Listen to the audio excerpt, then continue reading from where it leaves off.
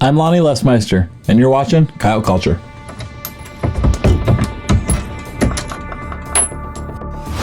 The South team is headed out to the Sandhills of South Dakota, a spot they've been dying to call.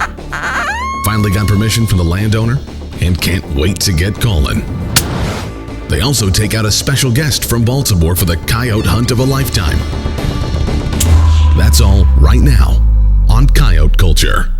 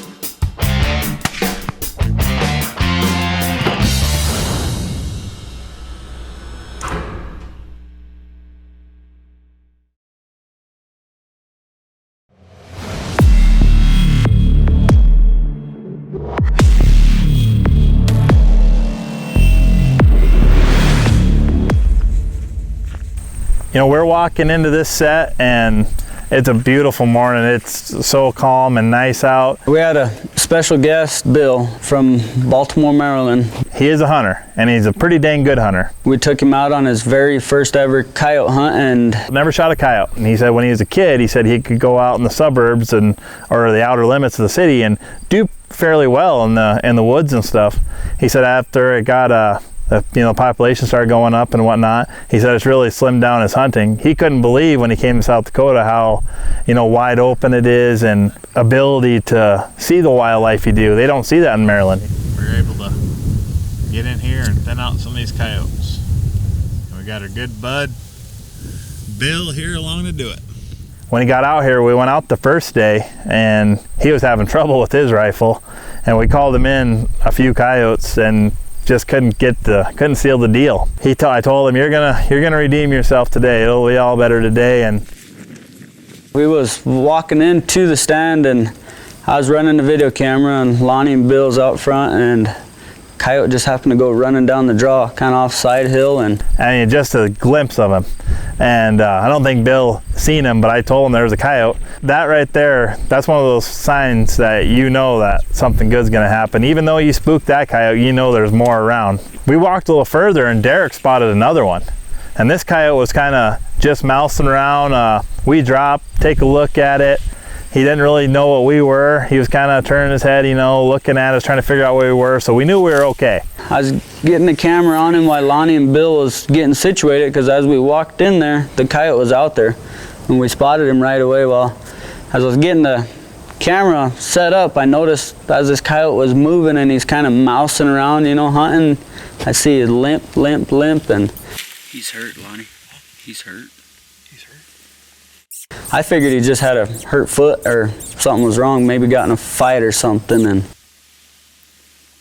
any other time we probably would have stopped kind of where we was and make a stand, but just because we didn't want to get even further into their territory and possibly spook them out. But we figured that's the first coyote Bill's ever even seen, so heck, why not get in a little closer and maybe call him out. And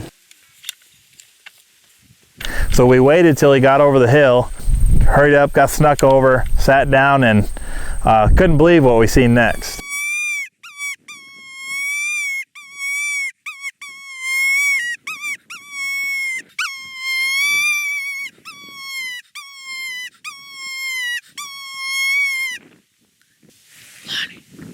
Lonnie, he's right there. He come back over the hill. A coyote like this comes not very often. What was pretty neat about it was that coyote, he only had 3 legs, so. For a coyote to survive on 3 legs, I've seen only one other time. I've seen a rear leg out on a coyote before, never a front. All the years I've hunted coyotes and trapped coyotes, that's probably only the second one I've ever seen like that.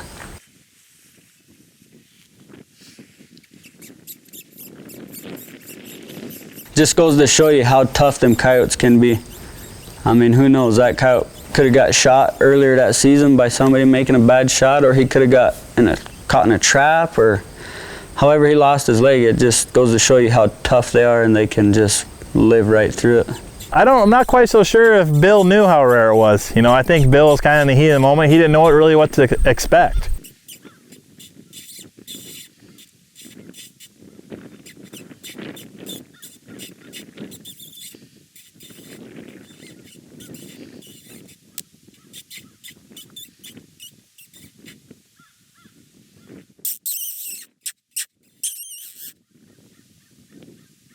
Constantly looking back and looking down in the creek, you know, normally that's signs of they're traveling in pairs, which they usually do. They'll travel male, female, they're always paired up. So we kind of had a feeling there's another dog in the area.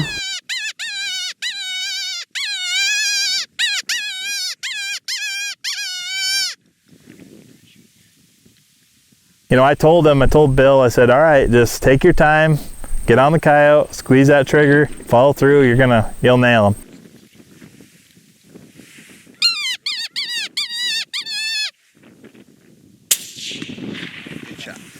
And sure enough, he got him, and I figured it was done deal. And you know, but like we always do, we wait that extra, 10, 15 minutes. We just kept on calling like we do any other stand. And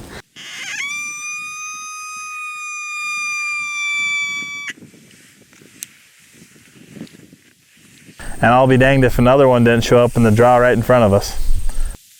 lo and behold, that other coyote pops out.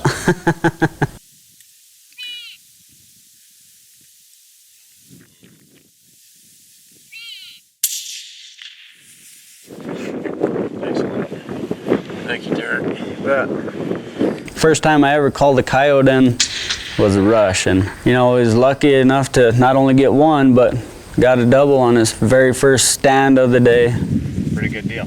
I do. For your first coyotes. Yeah, I feel like I redeemed myself. Yeah. He's a really cool guy and pretty knowledgeable hunter, and was glad to be able to take him out and show him the experience, and hopefully we got him addicted just like we are to it,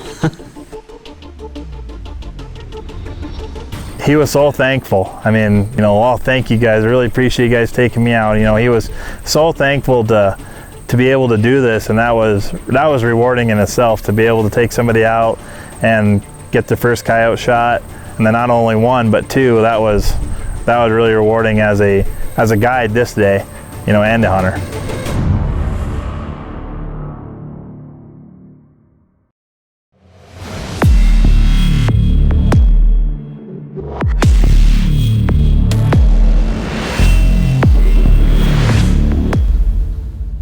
Hunting the sandhills on a ranch of my buddies, and this is kind of a special day for us because we actually got to go to some ground that we had been wanting to call, and he finally gave us permission to go call it. And we set up on one of his hay meadows where he cuts hay, and prime coyote country. You got some buffalo off to the south of us, and I mean it looks just great. We let out a howl and immediately have responses all around us, and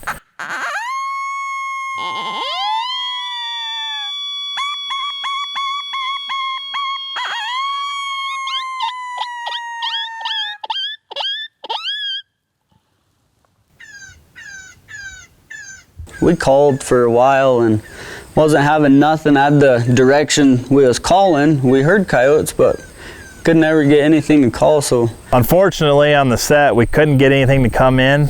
We decided to switch it up and head just a little further to the south. And I kind of always look around when I'm getting up and just make sure there ain't nothing behind me. And no sooner than shut the camera off to switch locations where we was gonna head to, and sure enough, on top of the hilltop right behind us, there was a coyote sitting there. He surprised us big time, where he was at, he had to have watched us the entire time. And He's 250, Derek.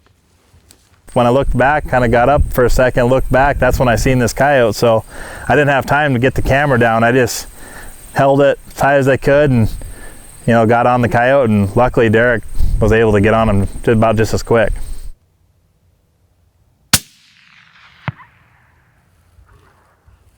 It was extremely fast. Had a hurry up, make a decision, get down, shoot. Nice shot, man. Got him. Well. Sucker was just sitting behind us the whole time. He was. Crazy, he never howled back or nothing, did he?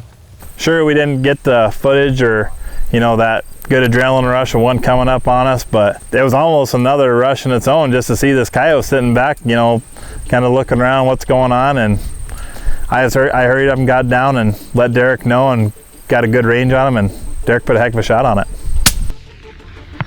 Obviously, he's a smart coyote trying to come around behind us, and we just happened to see him. Derek put the hammer on him. 257. Good job, man. Yeah, it was a very successful hunt. I didn't think I was gonna have to work out this early, and I got to drag him back. Got one.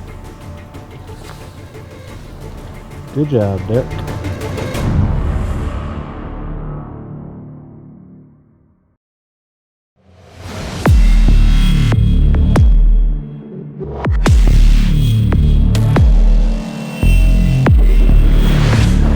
In our coyote hunting, our rifle is a vital tool, you know, in the help of our success.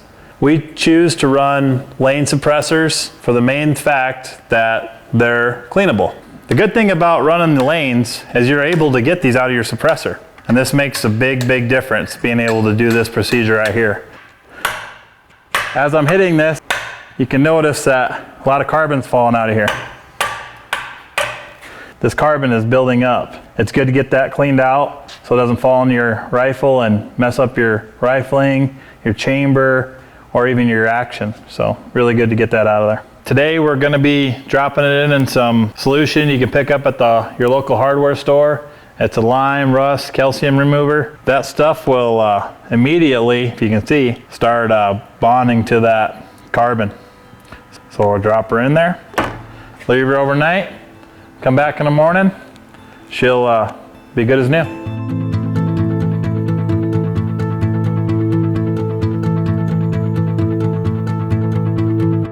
All right, we're back here next day. As you can see, I pulled it out, gave her a good cleaning. There's still a little bit of carbon residue on there, but for the little bit that there is, I'm fine with it. You can take the time and scrub that off. What also separates these suppressors from a lot of other manufacturers, this baffling system is one solid piece. So there's no extra pieces. A lot of other manufacturers will have basically this on the end, and they'll just start stacking bafflings in there, which is fine, but you have room for error with those bafflings moving.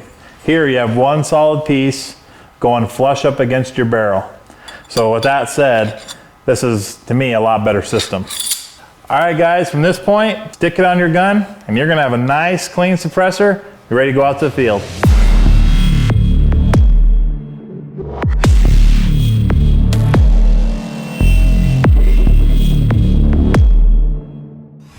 Next time, And pretty soon you look to your left and you got a coyote coming as fast as they can run. a fast-moving coyote is in for a surprise. And Dakota gets an early morning wake-up call. We had coyotes right here, 100 yards and closing in fast. That's on the next episode of Coyote Culture.